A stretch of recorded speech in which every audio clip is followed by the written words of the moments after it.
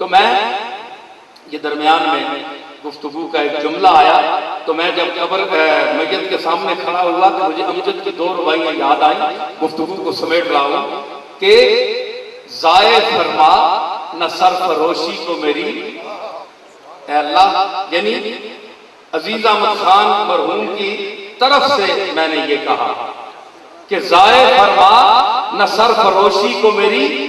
مٹی میں ملا نہ گرم جوشی کو میری، آیا ہوں کفن پہن کے اے رب غفور، دھبا نہ لگے سفید پوشی کو میری۔ چٹا کفن پا کے آیا تیرے دروازے پہ آیا تے ہون عزیز احمد خان آ، کوئی داغ نہ لا چھوڑی، بہت گناہگاراں تنے کوئے تے آ گیا تو معاف کر۔ تے پھر میت کی آنکھ بند ہوگی، سید امجد حیدرآبادی علیہ رحمت بڑی عمدہ گل فرمائی، حیدرآباد تک میں دفن، میں اتھے گیا ہوں انہوں نے قبر پہ، شہنشاہ ربائی فرماندے مفلس ہوں، میت کیا ہے اللہ دی بارگاہ مفلس ہوں، نہ مال ہے نہ سرمایہ ہے، یا اللہ میں تو غریب ہوں، نہ مال ہے نہ سرمایہ ہے، کیا پوچھتا ہے مجھ سے تو کیا لایا ہے؟ میں نے کہا کہ کچھ نہیں، میں کہیں آنگا میں تو غریب ہوں، نادار ہوں، مفلس ہوں، کوئی شے نہیں ہے،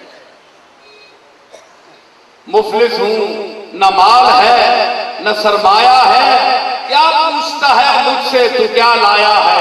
امجد تیری رحمت کے بھروسے یارا بند آنکھ کیے یوں ہی چلا آیا ہے۔ جس سے لے بہت بندیاں یقین ہوئے نا آنا یارا تو اکھیاں نوٹ کے آوے،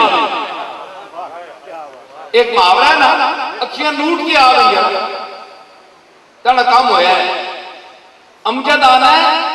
تانی رحمت نہ بھروسہ کہنے کے امجد اور اکھیاں نوٹ کے بند کر کے آنا پہ اور کرم رکھیں۔